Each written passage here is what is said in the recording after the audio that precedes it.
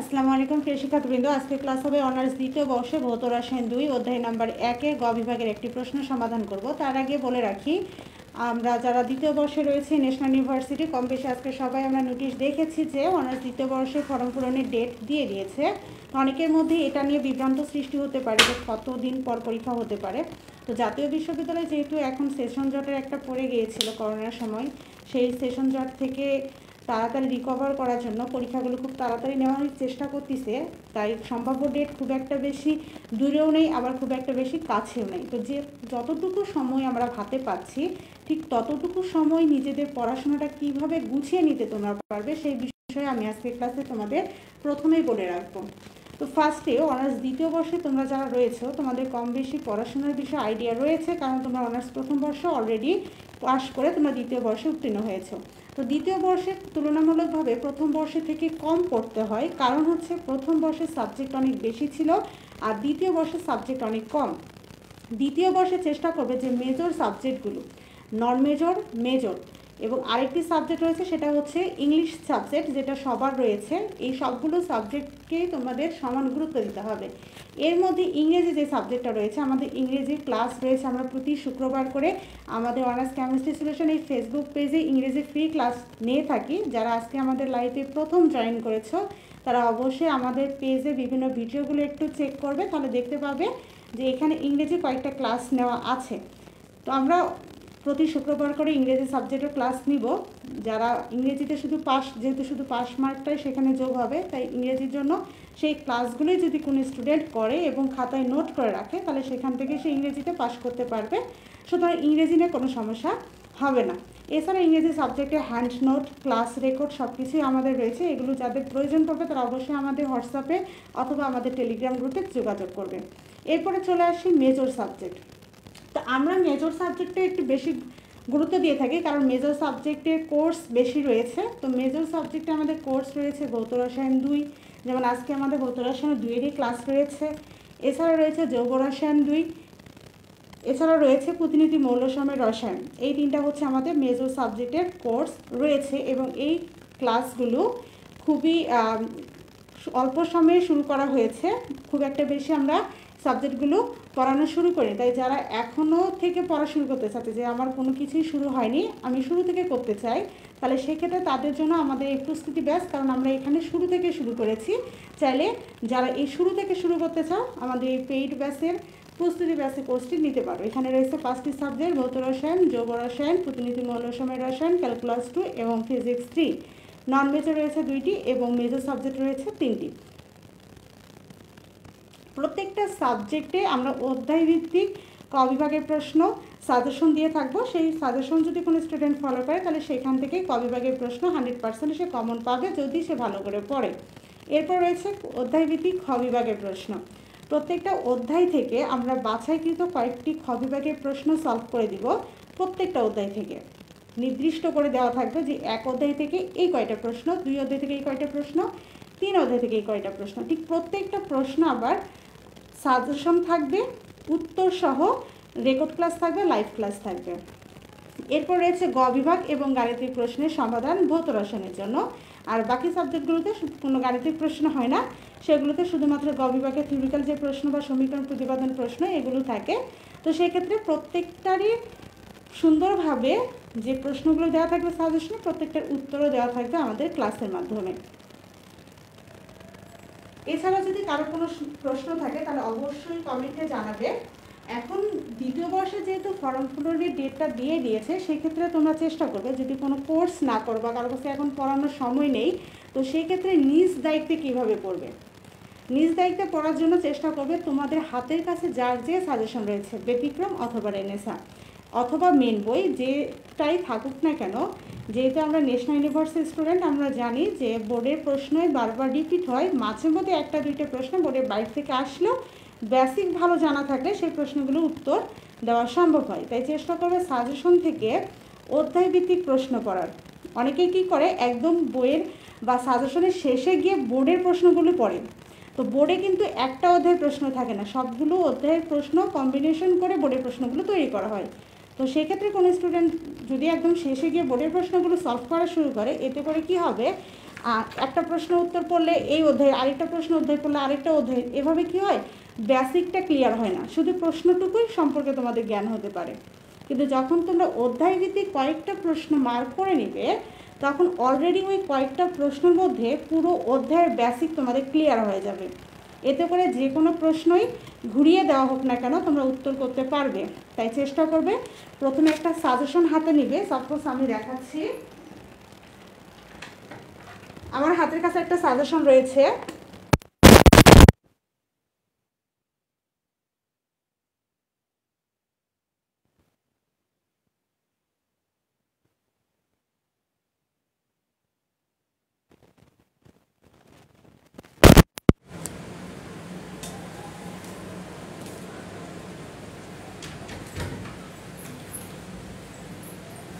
আচ্ছা, মুরাদ সরকার পদার্থবিজ্ঞান 3 নিয়ে কিছু বলেন? হ্যাঁ, অবশ্যই বলবো, প্রত্যেকটা সাবজেক্ট নিয়েই বলবো। তো দেখো, এটা হচ্ছে প্রথম খণ্ড, এটাতে শুধুমাত্র মেজর সাবজেক্টগুলো রয়েছে। তো ফার্স্টে প্রথমে তোমরা পড়াশোনার যে সিস্টেমটা কীভাবে চালু করবে, তোমরা চিন্তা করবে যে ফর্ম ফিল আপের ডেট দিয়েছে, ফর্ম ফিল আপের ডেট আবার দিবে, কারণ ফর্ম ফিল আপের ডেট অনেকবার কিন্তু পরিবর্তন করা হয়, বারবার ডেট বাড়ানো হয়, তো সেক্ষেত্রে সময় পাবে। আবার পরীক্ষার রুটিন দেওয়ার 1 মাস বা 1.5 মাস পর পরীক্ষা, সেক্ষেত্রে অনেকটা সময় পাবে। তো মোটামুটি তোমরা যদি 3 মাসের একটা পড়ার রুটিন করে নাও যে আমি 3 মাসে সবগুলো সাবজেক্ট শেষ করব, খুব অনেক সময় বলা যায় 3 মাস। কারণ কী করবে যে ভৌত রসায়ন থেকে শুরু করলে অধ্যায় কয়টা আছে দেখবে, অধ্যায় আছে মাত্র 3টা। এখন এই 3টা অধ্যায়কে তোমাদের ভাগ করে নিতে হবে। তুমি ঠিক কীভাবে পড়বে 3টা অধ্যায়? তো 3টা অধ্যায়ের প্রশ্নগুলো আগে দেখবে, অ্যানালাইসিস করবে বিগত বোর্ডের প্রশ্ন কীরকম দেওয়া আছে। তো আমি যদি দেখি যে ভৌত রসায়নের অধ্যায় 1-এ টোটাল প্রশ্ন দেওয়া আছে 95টি, খ বিভাগ, গ বিভাগ এবং গাণিতিক প্রশ্ন সব 95টি প্রশ্ন আছে। তো এই বুইড়া বয়সে এসে 95টা প্রশ্ন পড়া খুব একটা সহজ হবে না। তো তখন আমরা কি করব? 95 প্রশ্ন তো পড়া সম্ভব না। তো অনলাইনে বিভিন্ন প্ল্যাটফর্মে কিন্তু বিভিন্ন রকমের সাজেশন আপলোড করা হয়, আমরাও আপলোড করি, অন্যান্য প্ল্যাটফর্মে আপলোড করে। তোমরা অবশ্যই স্টুডেন্ট, তোমরা বিভিন্ন প্ল্যাটফর্মের সঙ্গে যুক্ত রয়েছে, অথচ তোমাদের নিজেদের হাতের কাছেও কিন্তু সাজেশন রয়েছে। তাই চেষ্টা করবে বিগত বোর্ডের প্রশ্নগুলো অ্যানালাইসিস করে দেখবে যে কোন প্রশ্নগুলো ইম্পর্টেন্ট রয়েছে, কোন প্রশ্নগুলো ইম্পর্টেন্ট নয়। তো এই জিনিসটা নিজেদের মধ্যে কনফিউশন পড়ে যায় যে আমি যেটা মার্ক করবো এটা সত্যি ইম্পর্টেন্ট কিনা, বা আমি যদি এটা ছেড়ে দিই তাহলে এটা যে পরীক্ষা আসে। এই জিনিসটার কারণে স্টুডেন্টরা কম বেশি নিজেরা সাজেশন তৈরি না করে বিভিন্ন প্ল্যাটফর্ম থেকে সাজেশনটা কালেক্ট করার চেষ্টা করে। তো সেক্ষেত্রে আমরা সাজেশন তৈরি করেছি, অলরেডি কাজ চলতেছে। আজকে আমাদের ভৌত রসায়নের সাজেশন কমপ্লিট। আমরা ভৌত রসায়নের এই 95টা যে প্রশ্ন রয়েছে সেখান থেকে আমরা খ বিভাগের মেন কয়েকটা প্রশ্ন, 8-9টা প্রশ্ন, গ বিভাগের এরকম 8-9টা প্রশ্ন, টোটালি 95টা প্রশ্নের মধ্যে 18টা প্রশ্ন পড়লেই একটা অধ্যায় কভার করে দিচ্ছি। এই 18টা প্রশ্নের মধ্যেই প্রশ্ন কমন পড়বে, আবার এই 18টা প্রশ্ন সলভ করলে বেসিকও ক্লিয়ার হয়ে যাবে। কারণ আমি প্রত্যেকটা প্রশ্ন কিন্তু বেসিক থেকেই পড়াই, যে আমি এই প্রশ্নের সমীকরণটা লিখলাম, সমীকরণটা কোথা থেকে আসলো, এটা দ্বারা অন্য কোনো সমীকরণ প্রতিপাদন করা যায় কিনা। তো এইভাবে প্রত্যেকটা প্রশ্নে হালকা একটু বেসিক দেওয়ার চেষ্টা করি। তো এখন তোমাদের যেটা কাজ হবে, আজকে থেকে, আজকে পড়ার কোনো দরকার নেই, একটা ডায়েরি নিবে। ডায়েরি নেওয়ার পরে 3টা মাসকে তোমরা ভাগ করে নিবে ডেট অনুযায়ী, যে আমি কী কী সাবজেক্ট কতদিনে শেষ করতে পারবো। তো পরপর তোমাদের যতগুলো সাবজেক্টের নাম আছে সবগুলোই লিখবে। যেমন ভৌত রসায়ন আছে, যৌগ আছে, প্রতিনিধি আছে, এরপরে আছে হচ্ছে ক্যালকুলাস, পদার্থ, আর কি কি সাবজেক্ট আছে তোমাদের, আর হচ্ছে ইংরেজি। বেশি সাবজেক্ট নেই, দ্বিতীয় বর্ষে খুবই সহজ, ভালো রেজাল্ট করা সব থেকে বেশি সহজ দ্বিতীয় বর্ষে। আবার ভৌত রসায়ন মাত্র 3টা অধ্যায়, যৌগ রসায়নের মনে হয় 8টি অধ্যায়ের মতো আছে, প্রতিনিধিতে বেশি নাই, 6-7টার মতো থাকতে পারে। ক্যালকুলাস এটা সম্পূর্ণ মেন বই, এটা কখনো সাজেশন ফলো করা যাবে না। পদার্থ হুবহু বোর্ডের প্রশ্ন রিপিট হয়।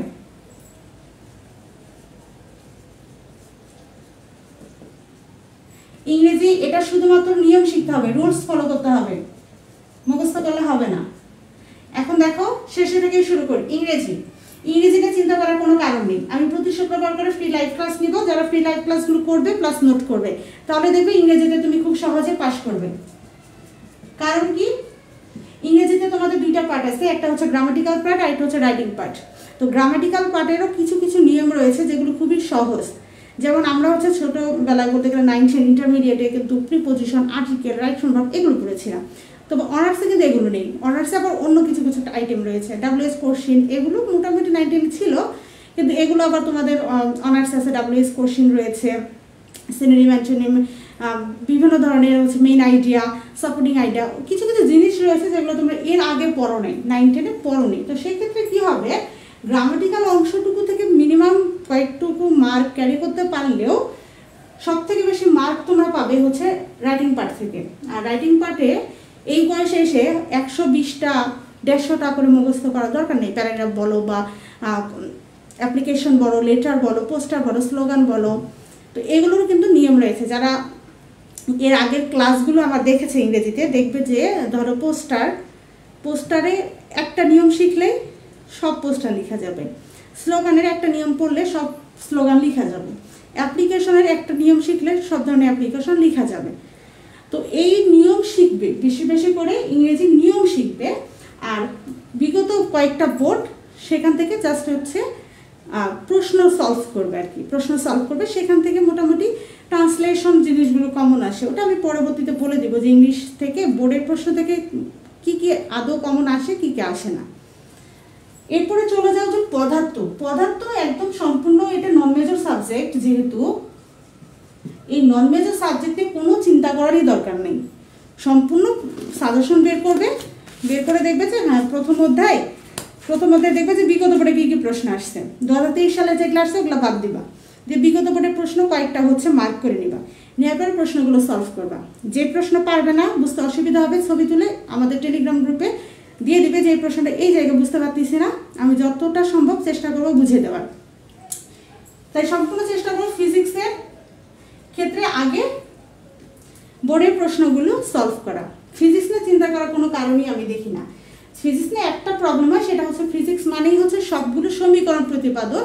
তো সেই ক্ষেত্রে একা একা করতে গেলে অসুবিধা হয়, যে এই সমীকরণটা কিভাবে আসলো, ওই সমীকরণটা কিভাবে আসলো। তো সেই ক্ষেত্রেই মূলত আমরা ফিজিক্সের প্রাইভেট পড়ি। তো আমাদের ফিজিক্সেরও কোর্স রয়েছে, আমরা ফিজিক্সের ক্লাস খুব একটা বেশি নেইনি, শুধুমাত্র অধ্যায় 1 শেষ হয়েছে।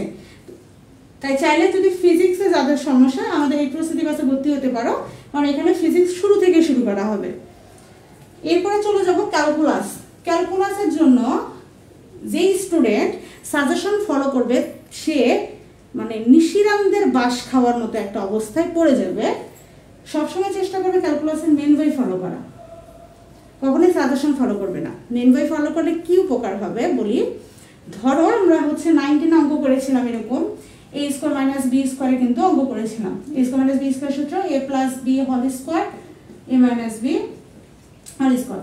এখন তুমি এখানে এই সূত্র ব্যবহার করে একটা অঙ্ক করা তোমাকে একজন টিচার শিখালো, তুমি অবশ্যই মন দিয়ে যদি অঙ্কটা শিখো, তুমি এই সূত্র ব্যবহার করে 10টা অঙ্ক করতে পারবে।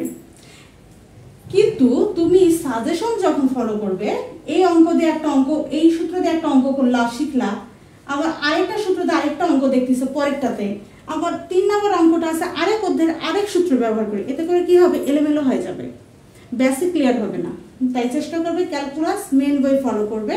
তো ক্যালকুলাসটাও যেহেতু নন মেজর সাবজেক্ট, এখানেও কিছু কিছু চ্যাপ্টার রয়েছে যেখান থেকে প্রশ্ন হয়, তো ওই কয়টা চ্যাপ্টার পড়লেই মূলত ক্যালকুলাস 2তেও ভালো রেজাল্ট করা সম্ভব। আর অবশ্যই মেন বই ফলো করতে গেলে সব অঙ্ক করবে না, যারা মেজর তারা শুধুমাত্র মেজর অঙ্কগুলো করবে, আর যারা নন মেজর তাদের অঙ্কের সাইটে দেখবে এরকম লেখা আছে NM, সেগুলো মূলত হচ্ছে নন মেজর সাবজেক্ট।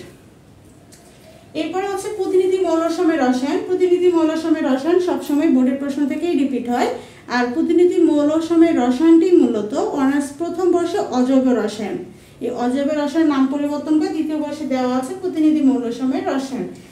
তো প্রতিনিধি মৌলসমূহের রসায়নে ভালো রেজাল্ট করা সম্ভব, কারণ এখানে সমীকরণ খুবই কম দেওয়া আছে, এখানে থিওরিক্যাল প্রশ্নই বেশি প্রতিনিধিতে। এরপরে চলে যাও জৈব রসায়ন। জৈব রসায়নে তুলনামূলকভাবে কয়েকটা অধ্যায় রয়েছে, যেমন 2 অধ্যায় 4 অধ্যায় হিউজ পরিমাণে প্রশ্ন আছে, আবার এই চ্যাপ্টারগুলো থেকে প্রশ্ন হয় অনেক বেশি।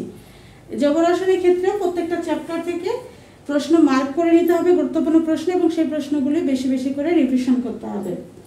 ভৌত রসায়নে মাত্র 3টা অধ্যায়, তার মধ্যে 1 অধ্যায় এবং 2 অধ্যায় থেকে প্রশ্ন হয়। 3 অধ্যায় থেকে প্রশ্ন হলেও হিসেব করলেও 1টা বা 2টা প্রশ্ন পরীক্ষায় আসে।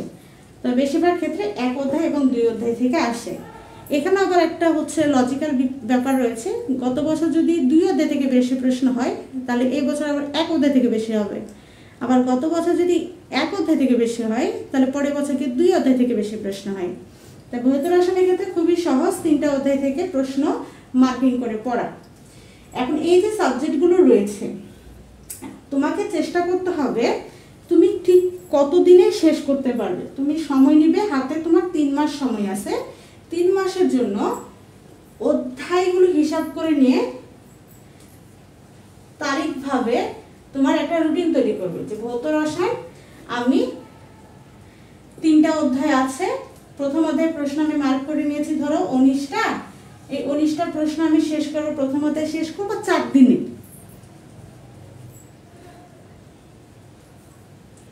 তাহলে 4 দিনে তুমি শেষ করবা কিভাবে? একদিন ধরো 5টা পড়লে, আরেকদিন 5টা প্রশ্ন পড়লে, আরেকদিন পড়লে 5টা প্রশ্ন,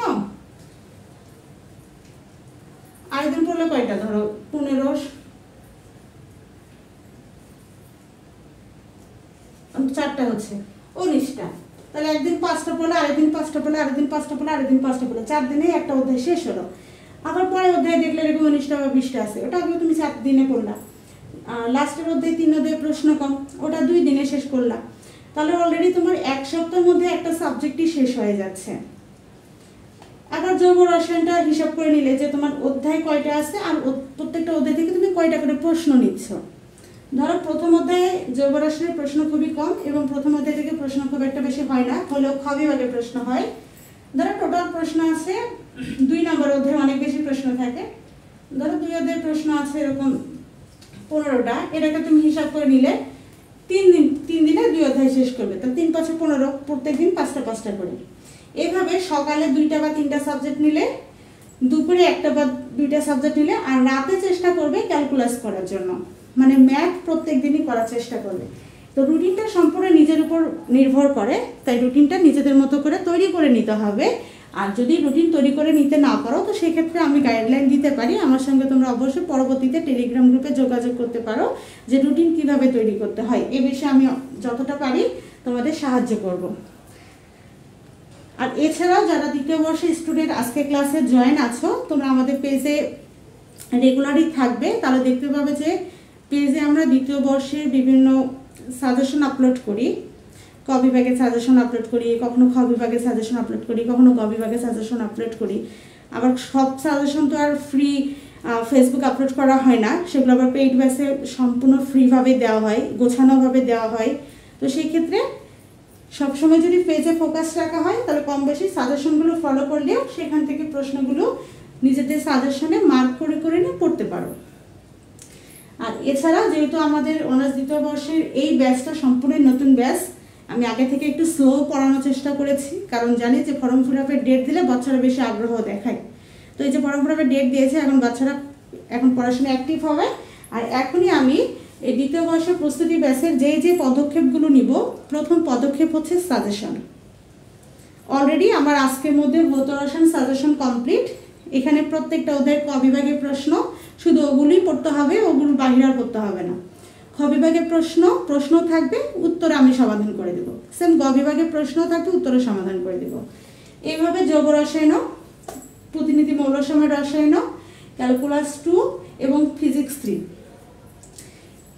1 2 3 4 5, এই 5টা সাবজেক্টেরই আমাদের প্রস্তুতি ব্যাচ চালু রয়েছে। সপ্তাহে 3 দিন, শনিবার, সোমবার এবং বুধবার, 2 দিন, সপ্তাহে 3 দিন 2টা করে সাবজেক্ট ক্লাস নেওয়া হয়। আর ইংরেজি যে সাবজেক্টটি রয়েছে, এটা সম্পূর্ণ ফ্রি সার্ভিস, এটা শুধুমাত্র শুক্রবার করে আমাদের পেজে লাইভ নেওয়া হয়। তার এই ছিল আজকে প্রস্তুতি ব্যাচ সম্পর্কে আমার সিম্পল কিছু তথ্য দেওয়া। এছাড়াও যদি কারো প্রিপারেশন কিভাবে নেব এই বিষয়ে কোনো কথা থাকতে পারে, তাহলে অবশ্যই কমেন্ট করে জানাবে। মুরাদ সরকার পদার্থ 3 কোর্স ফি কত, অবশ্যই পেজে ইনবক্স করো, সেখানে অ্যাডমিন কথা বলে নেবে।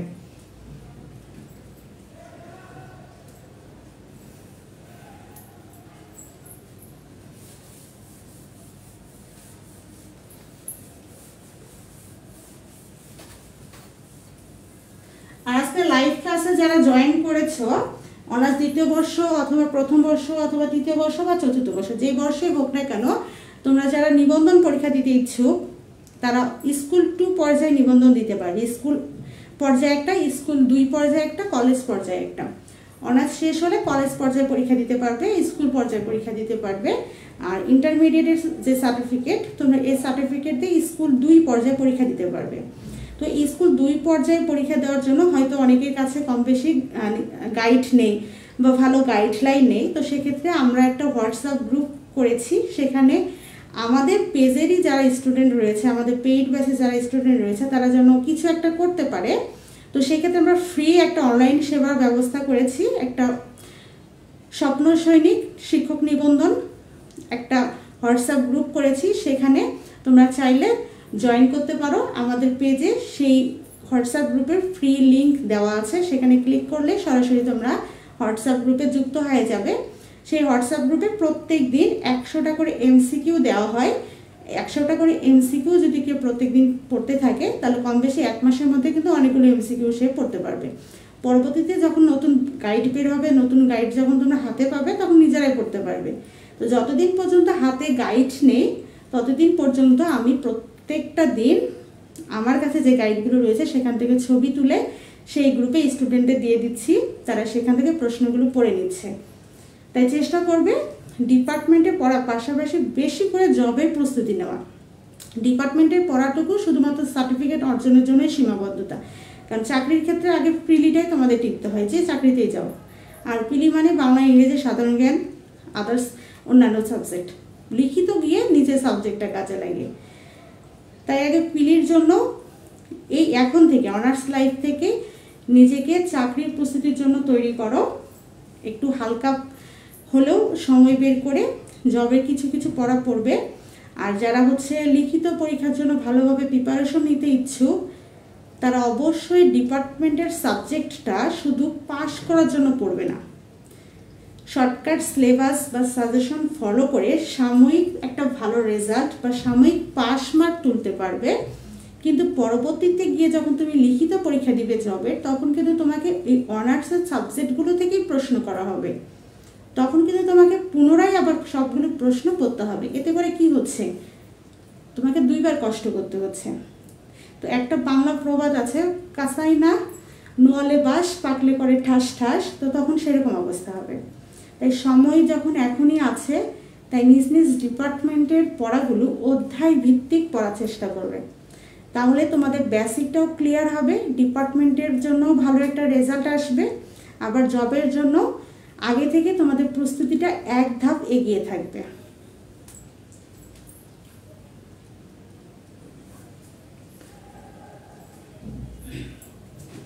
অনার্স দ্বিতীয় বর্ষের ভৌত রসায়ন 2 আজকে ক্লাস ছিল। তো ভৌত রসায়ন 2 এর অধ্যায় নাম্বার 1 এর অলরেডি পেজে একটা পোস্ট করা হয়েছে সাজেশন খ বিভাগের জন্য।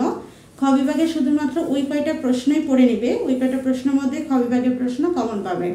মোট প্রশ্ন হয়তো 8টা কি 9টা দেওয়া ছিল। তো আমরা একটা প্রশ্ন এখানে সলভ করবো এখন।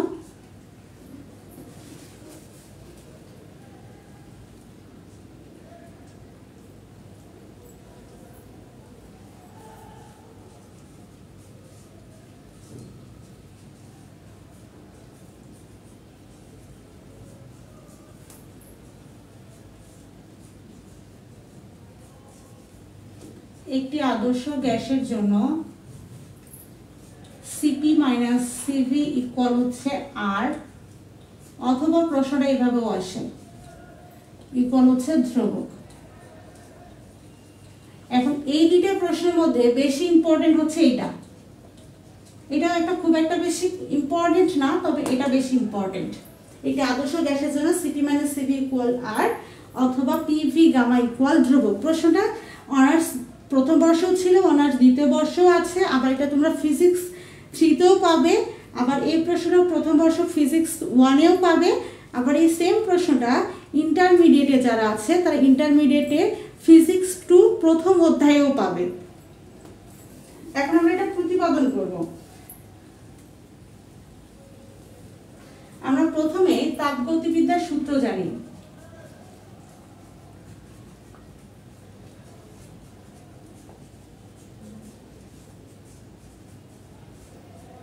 তাপগতিবিদ্যার তিনটা সূত্র আছে, প্রথম সূত্র, দ্বিতীয় সূত্র, তৃতীয় সূত্র।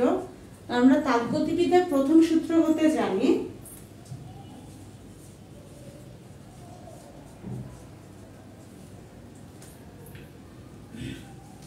dq equal du plus dw, du plus dw এর পরিবর্তে আমরা লিখতে পারি pdv। সাইডে এগুলো অবশ্যই লিখে দিবে পরীক্ষায়, এগুলো লিখলে কিন্তু কখনোই কোনো টিচার তোমার খাতা থেকে মার্ক কাটবে না।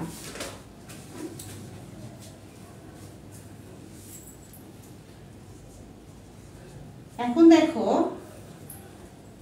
এখানে du আছে না, অভ্যন্তরীণ শক্তি, এর পরিবর্তে আমরা লিখতে পারি যে অভ্যন্তরীণ শক্তি du ইকুয়াল cv ইনটু হচ্ছে dt। এখন এটা কিভাবে পেলাম? এখন আমরা জানি যে 1 মোল গ্যাসের অভ্যন্তরীণ শক্তি, ধরো এটা একটা সিস্টেম, এখানে 1 মোল নাইট্রোজেন গ্যাস আছে, এই 1 মোল নাইট্রোজেন গ্যাসের অভ্যন্তরীণ শক্তি হচ্ছে du। এখন 1 মোল নাইট্রোজেন গ্যাসের অভ্যন্তরীণ শক্তি বৃদ্ধি হচ্ছে স্থির আয়তনে, স্থির আয়তন মনে রাখো, স্থির আয়তনে গ্যাসের মোলার আপেক্ষিক তাপ। স্থির আয়তন কেন? এই যে এখানে cv আছে না, এটাকে বলা হয় স্থির আয়তনে মোলার আপেক্ষিক তাপ। ছোট্ট করে একটা ভি দেওয়া আছে, তার মানে বুঝতে হবে এখানে আয়তনটা স্থির রয়েছে।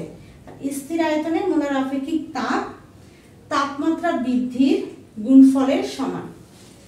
তাহলে কোন একটা সিস্টেমে যে গ্যাসই থাকুক না কেন, নাইট্রোজেন, অক্সিজেন, হাইড্রোজেন, হিলিয়াম, যে গ্যাসই থাকুক না কেন, সেই গ্যাসের যদি অভ্যন্তরীণ শক্তিটা বৃদ্ধি পায় তাহলে বুঝতে হবে ওই গ্যাসের জন্য স্থির আয়তনের মোলার আপেক্ষিক তাপটাও তাপমাত্রা বৃদ্ধির গুণফলের সমান হবে। ফলে অভ্যন্তরীণ শক্তি ইকুয়াল cv ইনটু dt।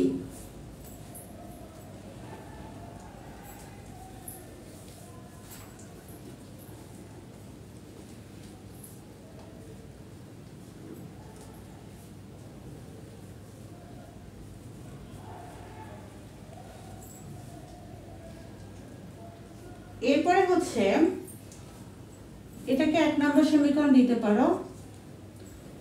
এখন আরেকটা জানি যে আমরা dq ইকুয়াল আমরা জানি cp ইনটু dt।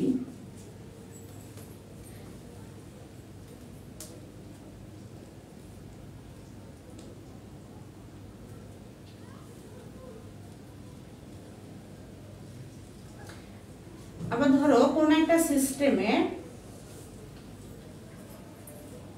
এখানে c আর p আছে, ছোট করে একটা p আছে না, তার মানে এখানে চাপ স্থির আছে। এখানে এখন গ্যাস দিলাম যে হাইড্রোজেন গ্যাস, তো এই যে হাইড্রোজেন গ্যাসটা যে সিস্টেমের মধ্যে আছে এখানে তার চাপটা আছে স্থির।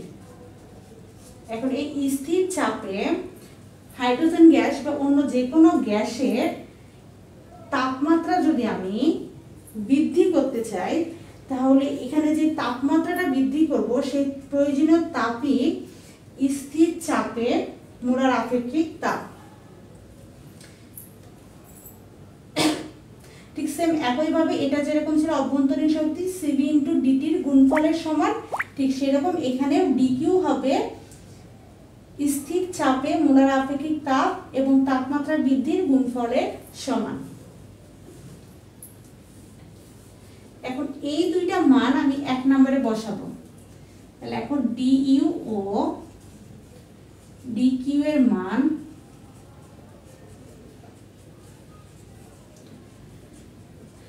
একে বসে পাই। তাহলে dq এর জায়গায় মান বসবে cp dt, du এর জায়গায় মান বসবে cv dt প্লাস হচ্ছে pdv। লাইন আমাদের এখান থেকে শেষ। এখন আমরা জানি যে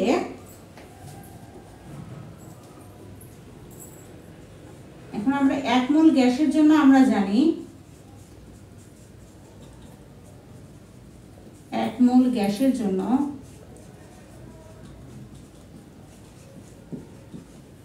PV ইকুয়াল RT। অনেকে কি করো এখানে 1 মোল গ্যাসের জন্য কথাটা ক্যাপশন দাও, দেওয়ার পরে এখানে লিখো পিভি ইকুয়াল এন আর টি লেখার পরে এই এনটা রেখেই দাও, পরবর্তীতে গিয়ে যে এনটা কিভাবে বাদ দিবে এটা আর খুঁজে পাও না। এই জায়গাটায় যে কমন ভুলটা হয় সেটা হচ্ছে এখানে তুমি 1 মোল দিয়েছো, অর্থাৎ তোমার এন এর মানই তো 1, তাহলে তখনই যদি তুমি 1 ইন্টু আর টি দাও তখন কি হবে, পিভি ইকুয়াল আর টি আসবে। তাই সরাসরি আমরা লিখবো, যখন লিখবো যে 1 মোল গ্যাসের জন্য তখন আর এনটা রাখার দরকার নেই, যে পিভি ইকুয়াল আর টি। আর যদি আমরা লিখি শুধুমাত্র আমরা জানি আদর্শ গ্যাসের জন্য তখন লিখবো পিভি ইকুয়াল এন আর টি, কারণ আমরা ওখানে কোথাও এন এর মান 1 মোল ধরিনি। যখন আমরা অলরেডি বলেই দিব 1 মোল গ্যাসের জন্য তখন আমরা সরাসরি লিখবো পিভি ইকুয়াল আর টি। এখন এই সমীকরণকে আমরা 2 নম্বর সমীকরণ দিলাম। এই 2 নম্বর সমীকরণকে টি এর সাপেক্ষে, 2 নং সমীকরণকে টি এর সাপেক্ষে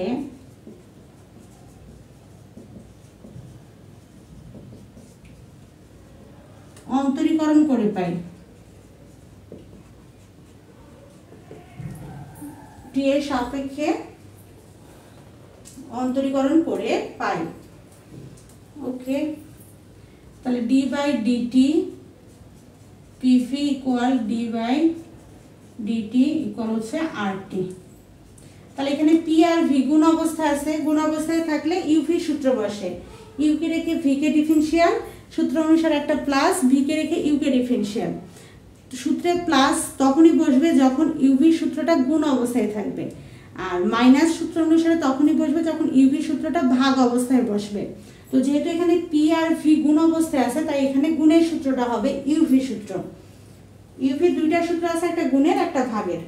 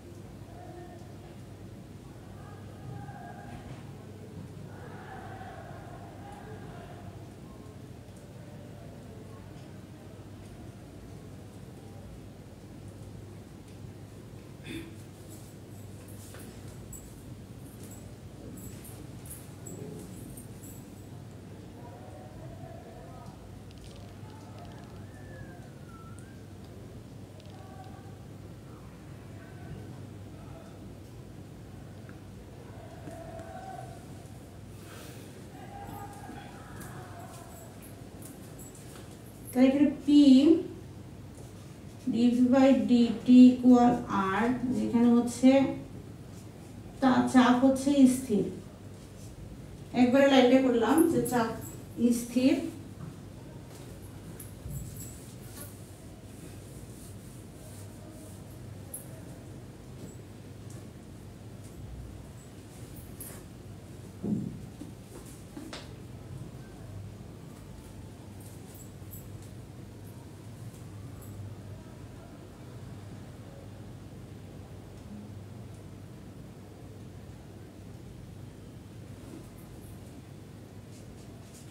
এরপরে হচ্ছে এখানে ডিটি ভাগ অবস্থা আছে, এই পাশে গেলে আর এর সঙ্গে গুণ হবে, তাহলে পি ডিভি ইকুয়াল হচ্ছে আর ডিটি। আর এখানে মনে রাখবে পি স্থির মানে যেখানে পি আসবে সেখানে মানটা 0 হয়, তাই এখানে কিন্তু অবশ্যই এই জিনিসটা লিখবে, যখন এটা এই লাইনটা লিখবে তখন অবশ্যই সাইডে লিখবে যে চাপ স্থির। এখানে নাম্বার কাটার মূল কারণ হচ্ছে আমরা যখন সমাধান করি কোনো সমীকরণ তখন সাইড নোটগুলো করি না, এই সাইড নোটগুলো না করার কারণে কিন্তু টিচারের মার্ক কাটে।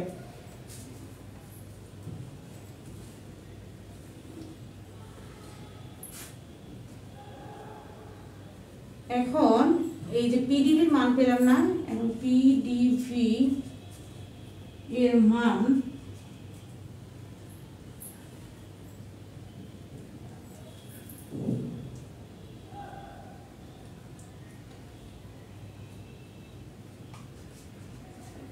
নিম্নের সমীকরণে বসে পাই।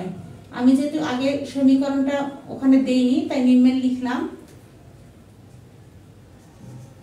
বসে পাই। অলরেডি আমরা এই সমীকরণটা পেয়েছিলাম, আমি লিখলে তোমরা বুঝতে পারবে।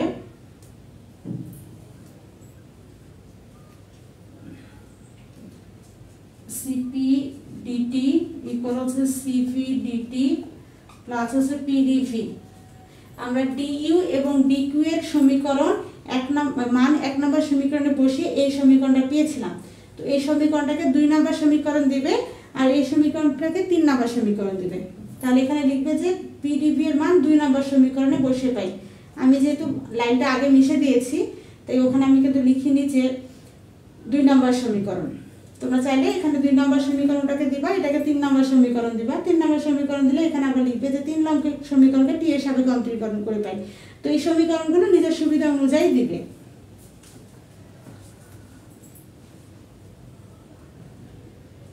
তাহলে এখানে মান বসাই দেই। সিপি ডিটি সিভি ডিটি, পিডিভির মান পেয়েছিলাম আর ডিটি।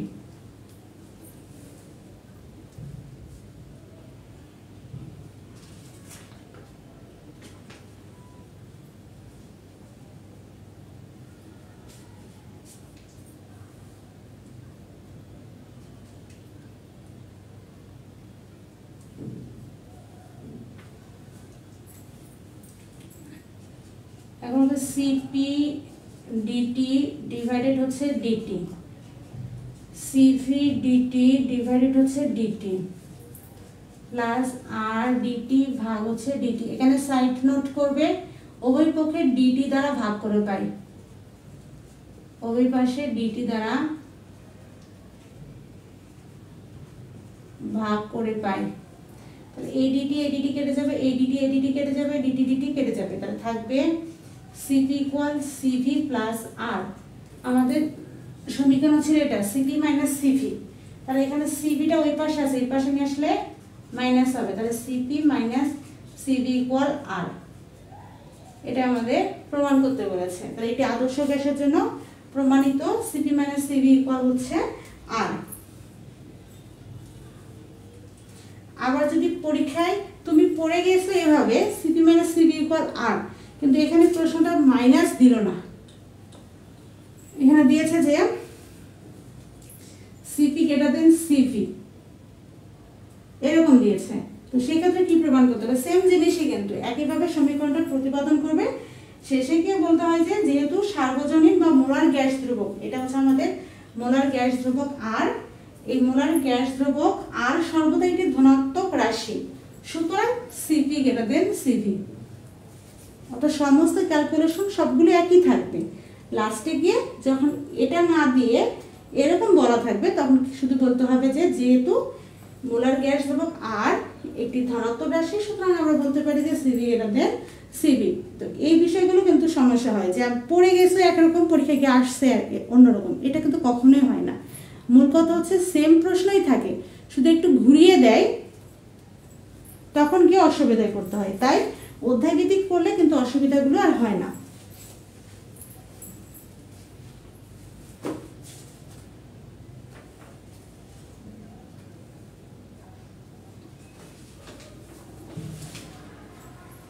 এখন আমরা এটা প্রমাণ করব, পিভি গামা ইকুয়াল ধ্রুবক।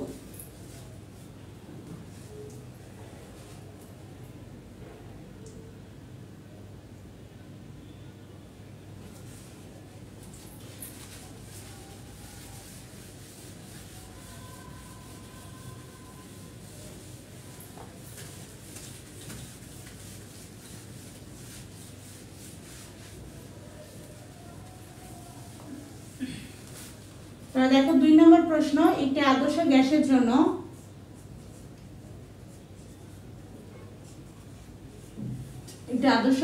জন্য পিভি গামা ইকুয়াল হচ্ছে ধ্রুবক। এটা ইম্পর্টেন্ট আছে।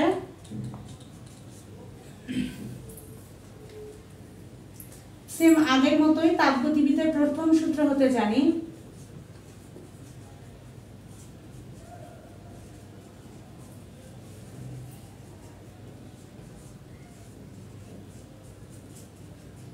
তর্কগতিবিদ্যার প্রথম সূত্র হতে জানি dq equal du plus dw, অতএব dq equal du plus dw এর পরিবর্তে dv,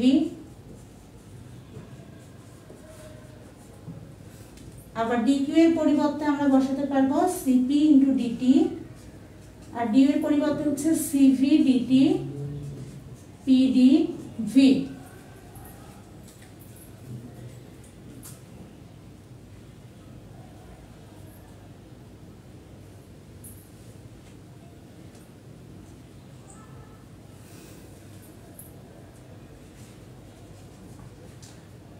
এটার ক্ষেত্রে dq এর মান লেখার দরকার নেই, কারণ এটা জিরোই করতে হবে, শুধু du এর পরিবর্তে cv dt।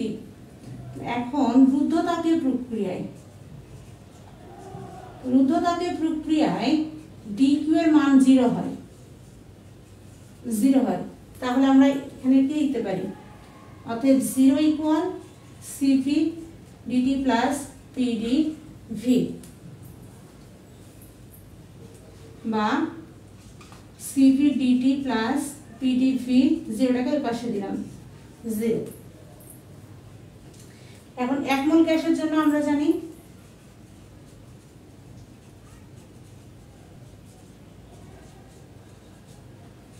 pv ইকুয়াল হচ্ছে RT,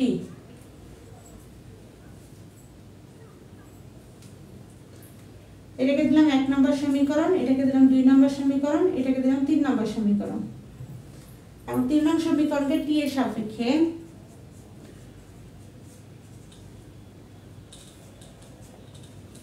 সাপেক্ষে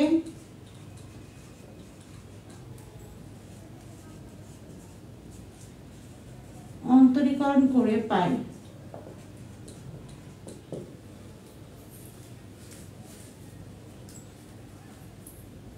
তাহলে d by dt pv d by dt RT। তাহলে এখানে p কে রেখে v কে ডিফারেনশিয়াল, v কে রেখে p কে, তাহলে p কে রাখলাম dv by dt সূত্র অনুসারে প্লাস t কে রাখলাম dv by dv ইকুয়াল হচ্ছে এখানে, আর এখানে রাখলে dt ভাগ dt হয়, তখন dt কিন্তু কেটে যায়, তাই এখানে এক্সট্রা লেখার দরকার নেই, একদম ইকুয়াল r দিলেই হয়। এখন দেখো আগের অঙ্কটাতে কিন্তু শুধুমাত্র এরকম ছিল p dv by dt equal r ছিল, ওটাও কিন্তু সেম ছিল, সমীকরণটাকে t এর সাপেক্ষে অন্তরীকরণ করা। এখানেও সূত্রটা একই, এটাও আমরা t এর সাপেক্ষে অন্তরীকরণ করেছি, কিন্তু এক্সট্রা কিন্তু এটা লিখেছি, কিন্তু আগে এটা ছিল না। তার কারণ কি ছিল, ওখানে বারবার বলেছিলাম সাইডে আমি লিখে দিয়েছিলাম p স্থির আছে, চাপ স্থির আছে, তো চাপ স্থির থাকার মানে p এর মান 0, সুতরাং এখানে p এর মানটা 0 হওয়ার কারণে আমি এক লাইনে ওইটা লিখেছিলাম যে p dv by dt equal r, অর্থাৎ এখানে চাপের পরিবর্তে মান 0 হয়, কারণ চাপটা স্থির ছিল, কিন্তু এখানে চাপ স্থির আমি কোথাও শর্ত দেইনি, তাই এখানে এটা থাকবে।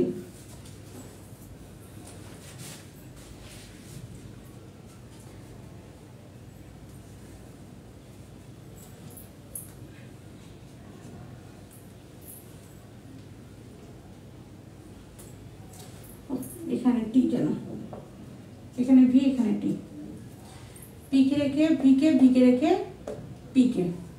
এখন দেখি এখানেও টি, লসাগু করি, তাহলে উপরে হবে P D V plus V D P equal হচ্ছে আর, এখানে ডিটি ভাগ আছে, পাশে গেলে গুণ হবে P D V V D P, P D V V D P equal R D T. এখন এখান থেকে আমরা ডিটির মান বের করবো, ওকে, তাহলে অতএব ডিটি আর গুণ অবস্থায় আছে, ওই পাশে গেলে কি হবে, ভাগ হবে, আর চলে আসবে নিচে পিডিভি প্লাস ভিডিপি, এখানে চলে যাবে। এখন এই যে আর ডিটির ডিটির যে মান পেলাম, এখন এই ডিটির মান বসাবো আমরা, ডিটির মান বসাবো কোথায়, এই যে 2 নম্বর সমীকরণ, এখানে বসাবো, এই মানটা এই সমীকরণে বসাবো। কারো কোনো জায়গায় বুঝতে অসুবিধা হলে কমেন্টে জানাবে, কারণ এই প্রশ্নটা ইম্পর্টেন্ট আছে গ বিভাগের জন্য, এছাড়া ফিজিক্সেও আছে।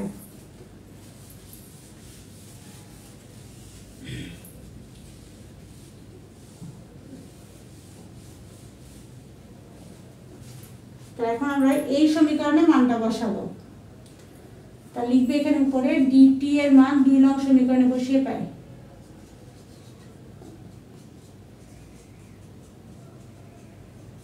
দিয়ে বসে পাই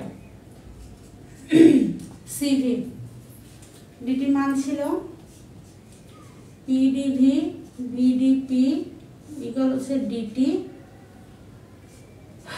প্লাস পিডিভি ইকুয়াল হচ্ছে 0।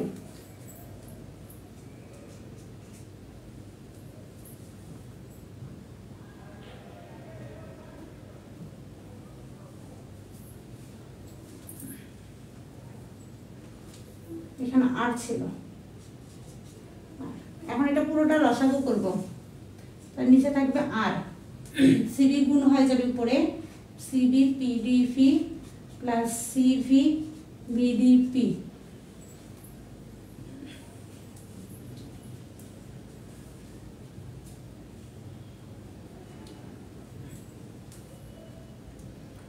Plus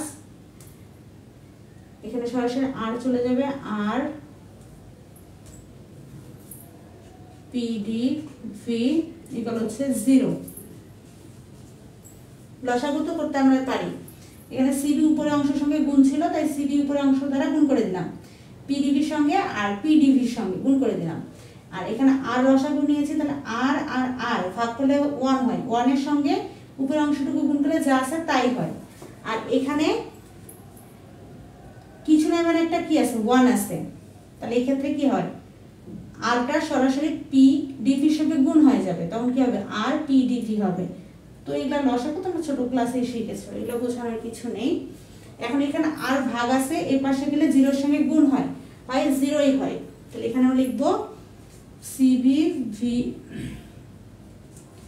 PDV plus CV VDP plus R PDV equal হচ্ছে 0।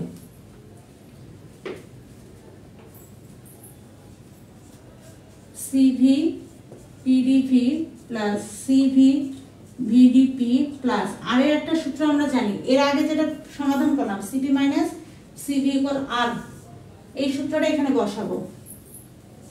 সিপি মাইনাস সিভি ইকুয়াল হচ্ছে আর এর পরিবর্তে বসালাম, তাহলে পিডিভি ইকুয়াল হচ্ছে 0।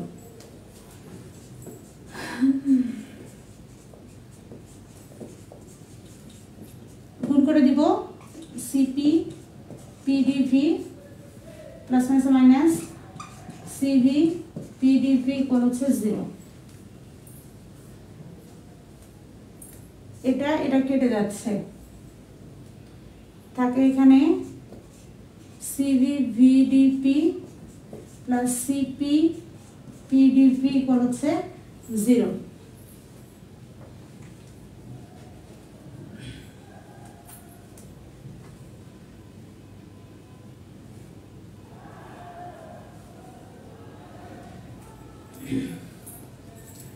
এখন এখানে সিভি দ্বারা ভাগ করে দিব, তাহলে CV VDP CV plus CP PDV ভাগ হচ্ছে সিভি, 0 সঙ্গে সিভি ভাগ করলে 0। তাহলে এখন দেখো এই সিভি উপরে সিভি কেটে যায়, থাকে ভিডিপি প্লাস উপরে সিপি নিচে সিভি, এটাকে একটু এভাবে লিখলাম আর এটাকে গুণ অবস্থায় দিলাম। তার কারণ হচ্ছে এখানে একটা সূত্র পড়বে, সিপি ভাগ সিভি, সিপি ভাগ সিভির সূত্র হচ্ছে গামা ইন্টু পিডিভি ইকুয়াল 0। তাহলে দেখো একটা সূত্র জানলাম সিপি মাইনাস সিভি ইকুয়াল আর, আবার আমরা জানলাম গামা ইকুয়াল সিপি ভাগ সিভি, আবার প্রতিপাদন করবো আরেকটা সূত্র পিভি গামা ইকুয়াল ধ্রুবক।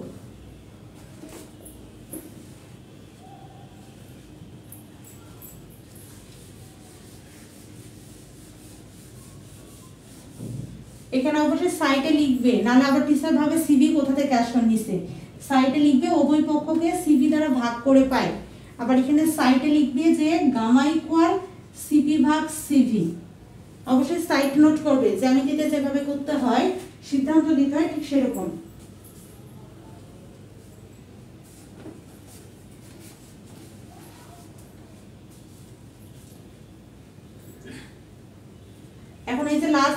সমীকরণটা পেলাম, এই সমীকরণটাকে আমি আগে কত নম্বরের সমীকরণ দিয়েছিলাম, একটু সিরিয়াল মেনটেন করবে তোমরা। ধরে নিলাম এটা 4 নম্বর সমীকরণ। এখন এই 4 নম্বর সমীকরণে কাজ করলেই শেষ। 4 নম্বরকে পিভি দ্বারা ভাগ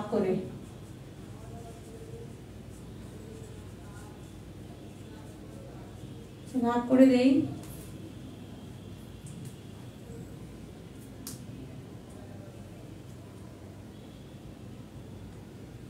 ভি ডিপি ভাগ হচ্ছে পিভি, এরপর গামা পিডিভি ভাগ হচ্ছে পিভি ইকুয়াল হচ্ছে 0।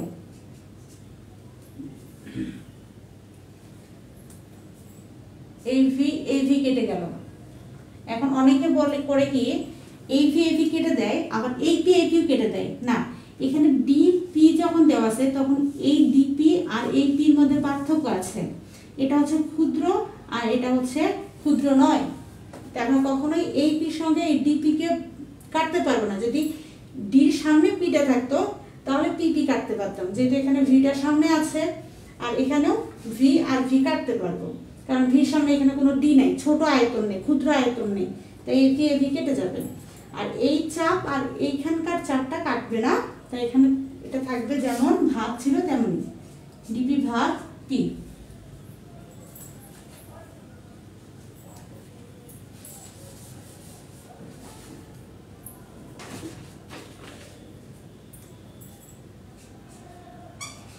এখন সেম একইভাবে দেখো, এখানে তো ভি আর এভি কাটবে না, কারণ এখানে ডিভিটা ক্ষুদ্র আয়তন আর এখানে ভি আর ক্ষুদ্র আয়তন এক না, তাই ভি আর ডিভি থাকবে।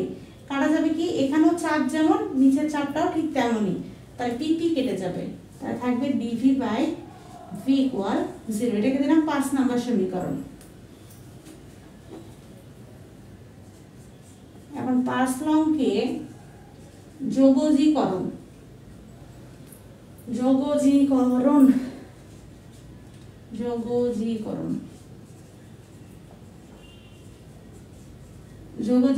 করে পাই ln P plus gamma ln V. এখন এই লন পি আর লন ভি কিভাবে আসলো দেখো, এখানে কি ছিল ডিপি ভাগ পি, এটাকে যদি আমরা এরকম করে লিখি 1/p ইন্টু ডিপি হবে না, কারণ 1 এর সঙ্গে ডিপি তো গুণ আছে, তাহলে অবশ্যই আবার এটা কি হবে, ডিপি বাই পি তো হচ্ছে। এখন আমরা সূত্র জানি যে 1/x মানে হচ্ছে log x, তাহলে এখানে 1/p মানে কি ln p, আর এখানে ডিপিটা এখানে যেহেতু যোগজীকরণ করব তখন এটা কি হয়ে যাবে, সমানুপাতিক ধ্রুবক c হয়ে যাবে। তখন এটা কি আসলো, এটার পরিবর্তে যোগজীকরণ হলে ln p, এখানেও সেম একইভাবে 1/v মান হচ্ছে ln v, এখানে গামা যেমন ছিল তেমনই।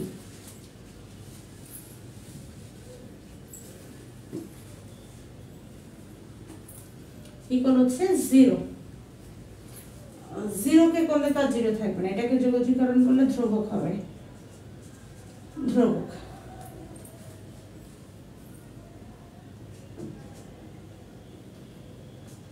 ln p প্লাস এটা সামনে আছে চলে যাবে, এটা হচ্ছে ভির উপরে পাওয়ার হয়, ধ্রুবক ছিল ডট দিলাম ধ্রুবকই। এখন এখানেও লন আছে এখানেও লন আছে, সূচক এবং লগের সূত্র অনুসারে লন নিলাম।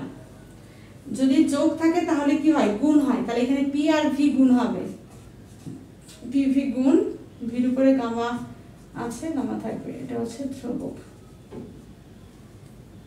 তাহলে অতএব পি ভি গামা ইকুয়াল লন, এখানে বেশি গেলে বাক মানে এখানে আবার ধ্রুবকই আসবে। তাহলে সো আমাদের সমীকরণ, লাস্ট সমীকরণ PV power of gamma equal ধ্রুবক। তাহলে শেষে গিয়ে আমরা কি করলাম, 5 নম্বর সমীকরণটাকে শুধু যোগজীকরণ করলাম। যোগজীকরণের সূত্র বসে দিলাম, এখানে 1/p মানে হচ্ছে ln p, এখানে গামা যেমন ছিল তেমনই 1/v বা ডিভি বা ভি মানে হচ্ছে ln v, 0 কে করলে হয় ধ্রুবক। এখন এখানে গামাটা ছিল সামনে সূচক এবং লগের সূত্র অনুসারে পাওয়ারটা চলে যাবে ভির উপরে, কারণ এটা উপরে চলে গেল পাওয়ার হিসাবে, এটা ধ্রুবক ছিল, ধ্রুবকই। এখন এখানে একটা প্লাস চিহ্ন আছে, এখানেও লন আছে, এখানেও লন আছে, তাহলে আমরা সূচক লগের সূত্র অনুসারে এখানে লন দিতে পারি, প্লাস থাকার কারণে পিভি গুণ অবস্থায় হবে। এরপর এখানে ছিল ধ্রুবক, লনটা উঠে গেলে থাকে হচ্ছে PV power of comma equal ধ্রুবক। এটা আমাদের প্রমাণ করতে বলেছিল।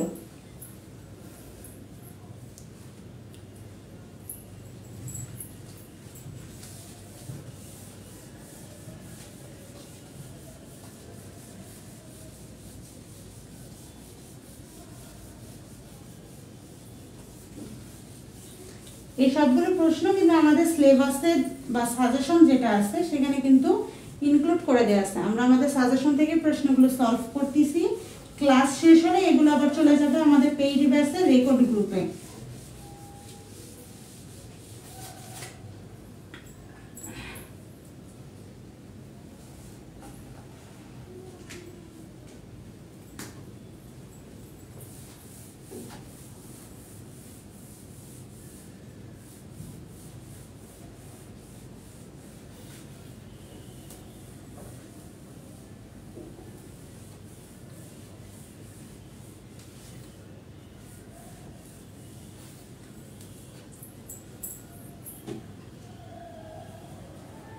এরপর আমরা লাস্ট আরেকটা প্রশ্ন করে আজকের ক্লাসটা এখানে শেষ করব। লাস্ট প্রশ্ন হচ্ছে খুবই গুরুত্বপূর্ণ প্রশ্ন, পরীক্ষা আসতেই পারে, তাই অবশ্যই প্রশ্ন স্কিপ করবে না।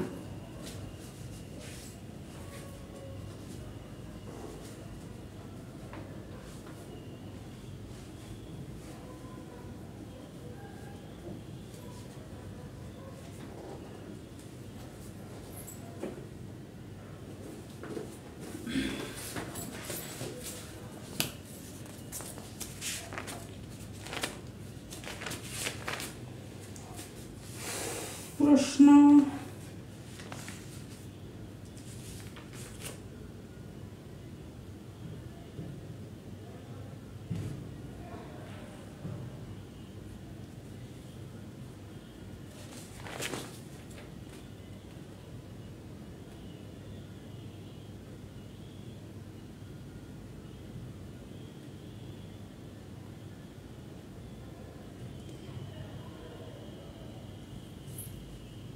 কোনো উভমুখী চক্রের জন্য কারণচক্রটি লিখো বা এই চক্রের দক্ষতা 100% হয় না কেন। কোনো চক্রের দক্ষতা 100% হয় না কেন, এই প্রশ্নটা আর কি। প্রশ্নটা আসছে বিগত বোর্ডের, অনেকগুলো বোর্ডে আসছে, 2015 সাল, 18 সাল, 2020 সাল, অনেকগুলো বোর্ডে আসছে।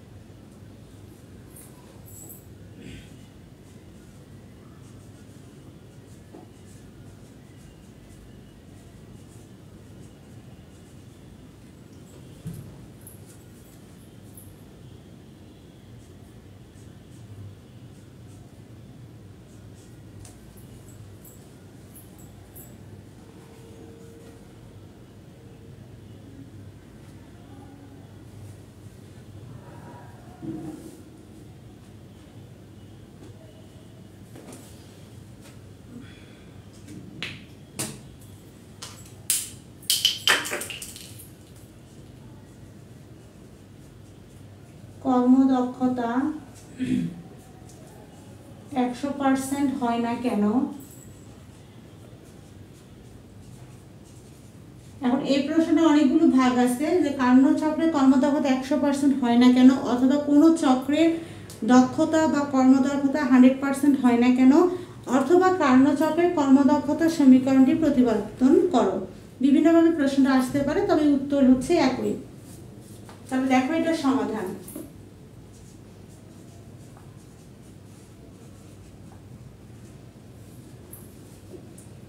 তো ফার্স্টে আমাদের জানতে হবে যে ইঞ্জিনের কর্মদক্ষতা বা দক্ষতা জিনিসটা কি। তো কর্মদক্ষতা বা দক্ষতাকে প্রকাশ করা হয় এরকম একটা এন এর মতো করে, কিন্তু মাথাটা এরকম হবে, ইটাকে বলে এটাকে। তো এটাকে বলে ইঞ্জিনের দক্ষতা হচ্ছে ইঞ্জিন দ্বারা কাজে রূপান্তরিত তাপ শক্তি আর ইঞ্জিন দ্বারা শোষিত তাপ শক্তি। কর্মদক্ষতা সূত্র হচ্ছে ইঞ্জিন দ্বারা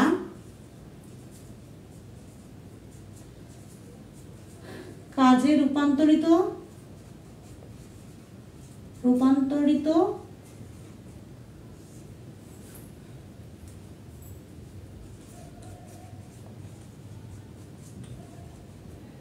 তাপ শক্তি আর ইঞ্জিন দ্বারা শোষিত তাপ শক্তি।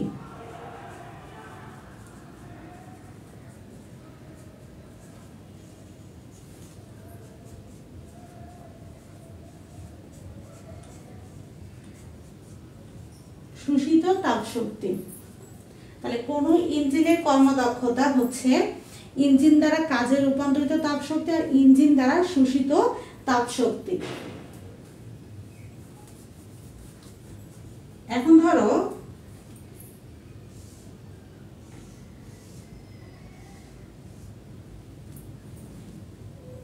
এখানে কোন একটা ইঞ্জিনে যদি তাপমাত্রা T1 হয়, ধরো কোন একটা ইঞ্জিনের তাপমাত্রা যদি T1 তাপমাত্রায় তাপ উৎস থেকে, এখন একটা ইঞ্জিনের নাম দিলাম ধরো হচ্ছে মিনা, ধরো ইঞ্জিনের নাম হচ্ছে মিনা। এখন এই মিনা ইঞ্জিনটি যদি T1 তাপমাত্রায় তাপ উৎস থেকে, যেখানে তাপের উৎস রয়েছে, ধরো এখানে তাপের উৎস রয়েছে, এখন এই মিনা ইঞ্জিনটি T1 তাপমাত্রায় এই তাপ উৎস থেকে Q1 তাপটা শোষণ করে নিল। এরপরে এই মিনা ইঞ্জিনটি আবার T2 তাপমাত্রায় Q2 তাপ বর্জন করলো। তাহলে একবার কি করলো, শোষণ করলো, আরেকবার সে বর্জন করলো। মানে এটা কি হলো, যে বর্তমানের রিলেশনশিপের মতো হলো না, যখন একটা মেয়ের পিছনে একটা ছেলে ঘুরঘুর করে তখনই, যখন মেয়েটা পাত্তা দেয় না, কিন্তু যখনই আবার মেয়েটা পাত্তা দেওয়া শুরু করে তখন ছেলেটা আবার ঘুরঘুর করা বন্ধ করে দেয়। এরকম বিষয়টা লাগতেছে না? তাহলে ইঞ্জিনটাও এরকমই, আসলে ছেলেদের মাথা যেরকম, প্রেমের ইঞ্জিন যেরকম, একান্ন ইঞ্জিনও সেরকমই অবস্থা।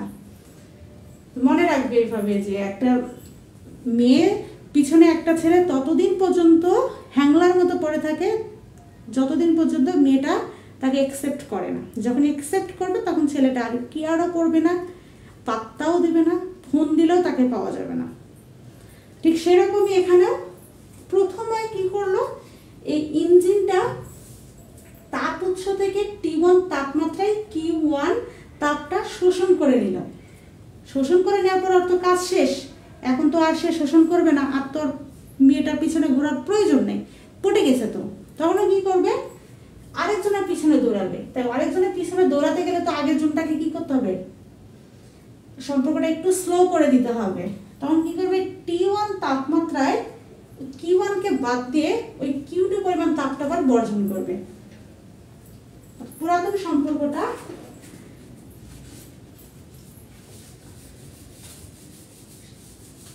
তো এই কথাগুলো অবশ্যই ভাষায় লিখবে এখানে, যে ধরি কোনো ইঞ্জিন T1 তাপমাত্রায় তাপ উৎস থেকে Q1 তাপ শোষণ করলো এবং T2 তাপমাত্রায় Q2 পরিমাণ তাপ বর্জন করলে আমরা পাই তাপ শক্তির পরিমাণ। আচ্ছা আমি লিখেই দেই, তোমরা লিখবে না। কোনো ইঞ্জিনে যদি T1 তাপমাত্রায়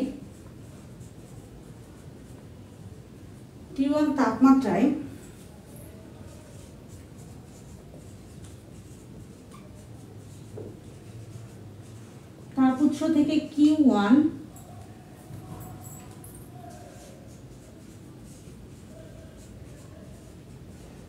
তাপ শোষণ করে T2 তাপমাত্রায়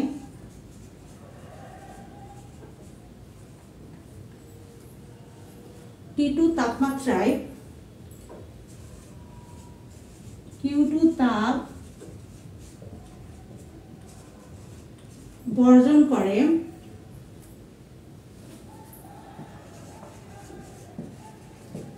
তাহলে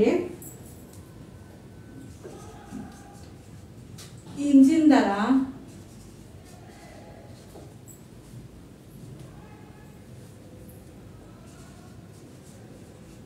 কাজে রূপান্তরিত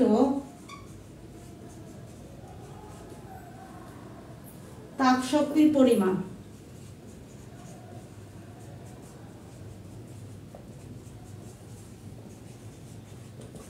হচ্ছে W equal Q1 minus Q2, অতএব কর্মদক্ষতা ইটা ইকুয়াল ইঞ্জিন দ্বারা কাজে রূপান্তরিত তাপশক্তি। তার ইঞ্জিন দ্বারা রূপান্তরিত তাপশক্তি কোনটা? এই যে Q1 মাইনাস Q2, কারণ ইঞ্জিন তো দুইটা কাজই করেছে, একবার সে তাপ শোষণ করেছে আর একবার সে তাপটা বর্জন করেছে। শোষণ আর বর্জনের ফলে তার মোট একটা তাপশক্তি হয়েছে, সেই মোট তাপশক্তির পরিমাণটাই হচ্ছে ইঞ্জিন দ্বারা কাজে রূপান্তরিত তাপশক্তির পরিমাণ, তাই এটা লিখলাম। আর ইঞ্জিন দ্বারা শোষিত তাপশক্তি শোষণ করেছে কোনটা? শোষণ হয়েছে, তাপ শোষণ করে। কি শোষণ করে? Q1 পরিমাণ তাপ শোষণ করে, তাই ডিভাইডেড Q1, অথবা এটা ইকুয়াল Q কেটে গেলে 1 মাইনাস Q2 বাই Q1 হয়। এখন দেখো তাপীয় ইঞ্জিনের বেলায় ইঞ্জিন দ্বারা শোষিত বা বর্জিত তাপ ইঞ্জিনের সংস্পর্শে থাকা তাপস্য বা তাপাধারে তাপমাত্রা T এর সমানুপাতিক।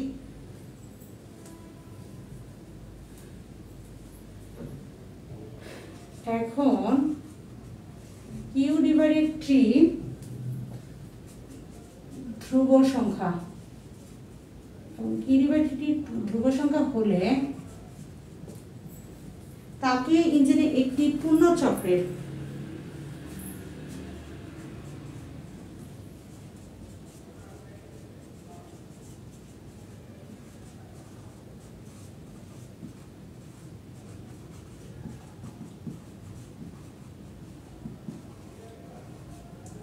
জন্য পাই, তাপীয় ইঞ্জিনে একটি পূর্ণ চক্রের জন্য পাই হচ্ছে Q1 by T1, Q2 by হচ্ছে T2, বা Q2 by Q1, T2 by হচ্ছে T1।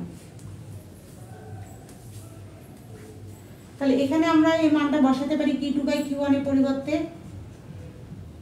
1 minus T2 by T1। তাহলে কি করলাম? ফার্স্টে আমরা বেসিকটা লিখলাম যে কর্মদক্ষতা কাকে বলে কোন ইঞ্জিনে। কোন ইঞ্জিনের কর্মদক্ষতা হচ্ছে ইঞ্জিন দ্বারা কাজে রূপান্তরিত তাপশক্তি ডিভাইডেড ইঞ্জিন দ্বারা শোষিত তাপশক্তি। তো ধরে নিলাম কোন একটা ইঞ্জিন একটা তাপ উৎস থেকে T1 তাপমাত্রায় Q1 তাপ শোষণ করে নিল, এভাবে শোষণ করে নিল।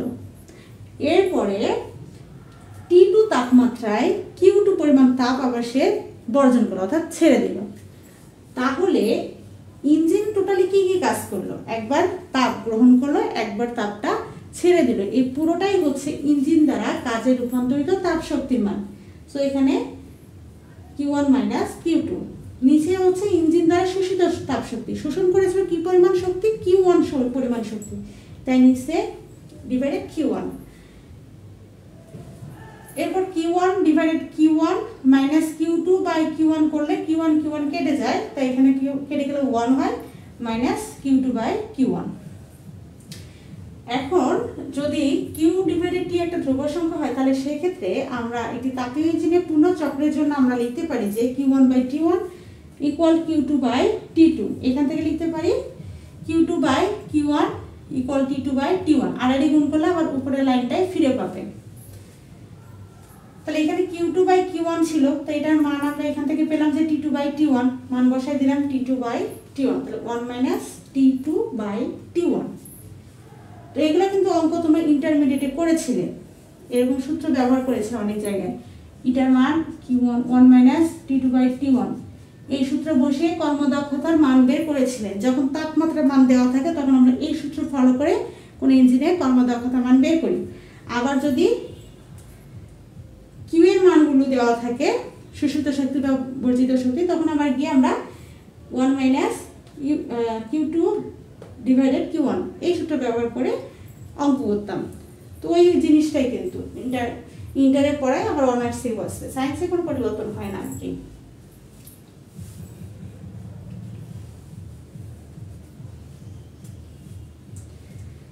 এখন দেখো এই যে সূত্রটা দেখতে পাচ্ছ, এটাই দেখো যে ইটা equal 1 minus T2 by T1।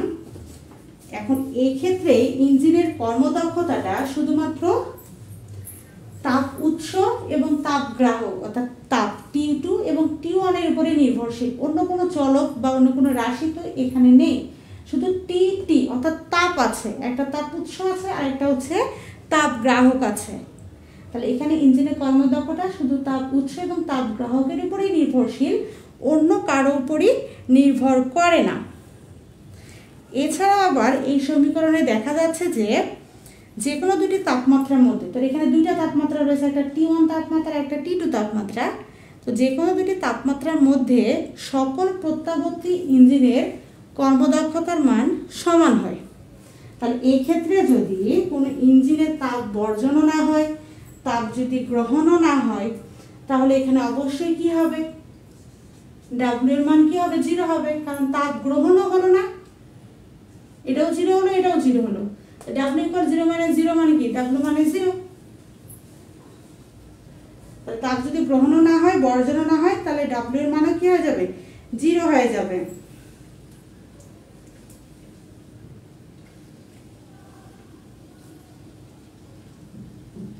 বাস্তবে তো এরকম কোনো ইঞ্জিন তৈরি করা সম্ভব হয় না।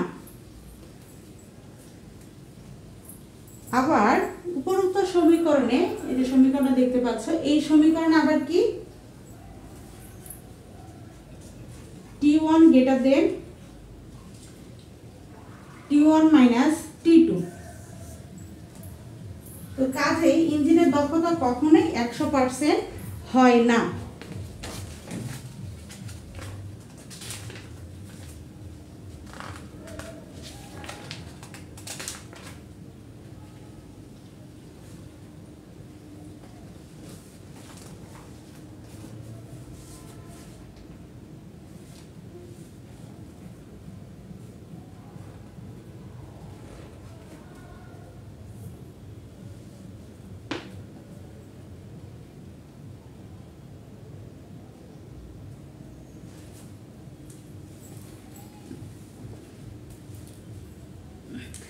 তোমরা ইন্টারমিডিয়েটে অবশ্যই এই সূত্রগুলো পড়েছিলে, মনে আছে কি? কার্নো বিবৃতি, প্লাঙ্কের বিবৃতি, ক্লোসিয়াসের বিবৃতি, কেলভিনের বিবৃতি, তাপ ইঞ্জিন, এরপরে দেখো যে কার্নো চক্র, এই সেম জিনিসগুলি কিন্তু আমাদের এখানেও লাগবে। এই প্রশ্নের সমাধান করার জন্য কিন্তু আমরা কিন্তু এই বইটাই ফলো করেছিলাম, এখানে ছোট করে দেওয়া ছিল আর সাজেশন একটু বড় করে দেওয়া ছিল। তো দেখো আমি লাস্টে কথাটা বললাম যে তাপ, কোনো ইঞ্জিন যদি তাপ গ্রহণও না করে, তাপ যদি বর্জনও না করে, তাহলে সেই ক্ষেত্রে তো ওই ইঞ্জিন দ্বারা কাজের রূপান্তরিত তাপ শক্তির মান 0 হবে। তো এক্ষেত্রে তো কোনো এরকম কোনো ইঞ্জিন তৈরি করা সম্ভব না। আর এই মতবাদগুলো, বিবৃতিগুলো অলরেডি অনেক আগে বিজ্ঞানীরা তাদের সীমাবদ্ধতা বলেছিল। যেমন কার্নো বলেছিল যে কোনো নির্দিষ্ট পরিমাণ তাপশক্তিকে সম্পূর্ণরূপে যান্ত্রিক শক্তিতে রূপান্তর সম্ভব এরকম কোনো যন্ত্র নির্মাণ করা সম্ভব নয়। প্লাঙ্ক বলেছিল যে এমন কোনো যন্ত্র বা এমন কোনো ইঞ্জিন তৈরি করা সম্ভব নয় যেটা কোনো বস্তু থেকে শুধু তাপ গ্রহণ করবে অথচ পরিবেশের কোনো পরিবর্তন করবে না। ক্লোসিয়াস বলেছিল যে বাহিরের কোনো শক্তি ছাড়াই কোনো যন্ত্রের পক্ষে একা নিম্ন উষ্ণতার বস্তু হতে উচ্চতর উষ্ণতার বস্তুতে তাপের স্থানান্তর সম্ভব না। কেলভিন বলেছিল যে কোনো বস্তুকে পারিপার্শ্বিকের শীতলতম অংশ হতে অধিকতর শীতল করে শক্তির অবিরাম সরবরাহ পাওয়াও সম্ভব না। তাহলে প্রত্যেক বিজ্ঞানী তাদের বিবৃতিতে বলেছিল যে এমন কোনো যন্ত্র বা ইঞ্জিন তৈরি করা সম্ভব না যেটা শুধুমাত্র তাপ গ্রহণ করবে কিন্তু পরিবেশের কোনো পরিবর্তন করবে না, আবার তাপ যদি গ্রহণও না করে বর্জনও না করে তাহলে কোনো ইঞ্জিনের কর্মদক্ষতা এক্ষেত্রে 100 বা 100% হওয়া সম্ভব না। তাই আমরা বলতে পারি কোনো চক্রের কর্মদক্ষতা 100% হয় না, এমন কোনো ইঞ্জিন তৈরি করা সম্ভবই না। আর কার্নোট চক্রটাও ঠিক সেম একইভাবে আমরা ছোটবেলায় কিন্তু আমাদের গ্রামে অবশ্যই এটাকে বলা হতো স্কুল সেট খেলা। ছোটবেলায় হচ্ছে এভাবে একটা ঘর করতাম আমরা মাঠের মধ্যে, এখানে একজন থাকতো, এরপর ওর সঙ্গে আরো কয়েকজন আমরা ওর হাত ধরে ওর হাত ওর হাত ওর হাত এভাবে কয়েকজন হাত দিয়ে শিকল করতাম, করে এইভাবে চক্র এভাবে কিন্তু ঘুরতাম। আর আশেপাশে অন্য দলেরা থাকতো, তাদের যদি ছুতে পারতাম, তো সেরকম একটা খেলা ছিল। ঠিক সেরকম কার্নোট চক্রটা এরকম, এখান থেকে যদি সে কাজ শুরু করে তাহলে পুনরায় এখান থেকে ঘুরিয়ে পুনরায় আবার সে যদি আদি অবস্থায় ফিরে আসবে।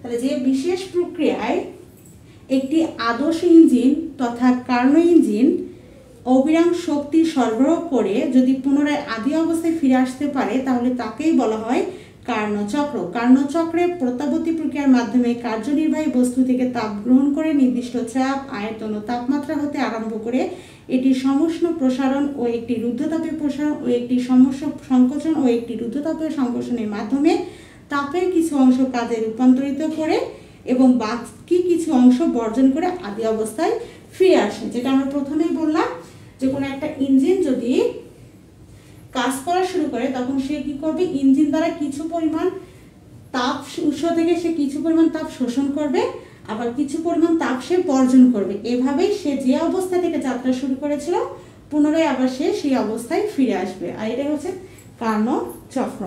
তাহলে এই ছিল মোটামুটি আজকের ক্লাস। আজকের ক্লাসে আমরা অলরেডি যে কয়টা প্রশ্ন সলভ করলাম, এখান থেকে অবশ্যই একটা প্রশ্ন তোমাদের পরীক্ষায় আসবে। প্রত্যেকটা প্রশ্ন তোমাদের মানে এই যে শিক্ষাবর্ষ দ্বিতীয় বর্ষ তাদের পরীক্ষার প্রশ্ন, আমাদের সাজেশন ভিত্তিক প্রশ্ন সাজেশনে দেওয়া আছে, প্লাস আমরা সমাধান করে দিলাম। ক্লাসটি অবশ্যই রেকর্ড গ্রুপে দিয়ে দিব, যারা paid batch student record group দেখবেন এবং সেখান থেকে নোট করে নিবে। আর আজকের ক্লাসে যদি কারো কোনো সমস্যা থাকে অবশ্যই কমেন্ট সেকশনে জানাবে, আর বেশি বেশি করে আজকের ক্লাসটি নিজ নিজ ডিপার্টমেন্ট গ্রুপে শেয়ার করে দিবে। আর আমাদের এই প্রস্তুতি ব্যাচে ভর্তি হতে চাইলে অবশ্যই নিচে কমেন্ট করবে, অথচ আমাদের হোয়াটসঅ্যাপ নাম্বার অথবা টেলিগ্রাম গ্রুপে যোগাযোগ করবে। ধন্যবাদ সবাইকে, দেখা হবে পরবর্তী ক্লাসে। আল্লাহ হাফেজ।